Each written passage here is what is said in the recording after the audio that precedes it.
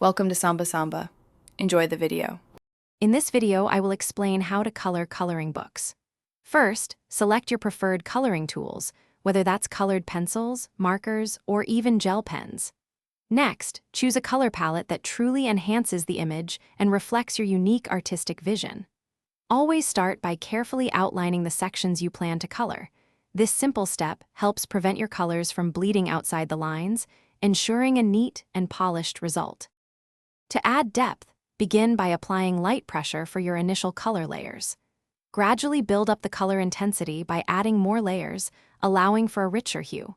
For smooth, seamless transitions between colors, try using gentle circular motions as you blend.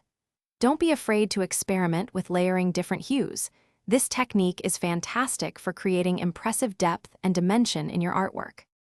You can create interesting textures by varying your stroke direction and the pressure you apply. For brilliant highlights and tiny, intricate details, a white gel pen or an opaque marker works wonders. To add a touch of sparkle and visual interest, consider incorporating glitter pens or metallic markers. These tools can truly elevate your coloring book pages, making them pop with unique effects.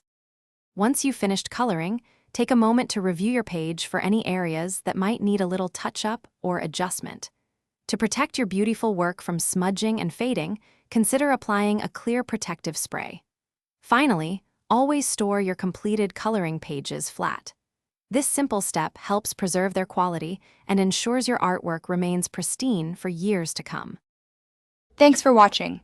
Consider subscribing if we helped you.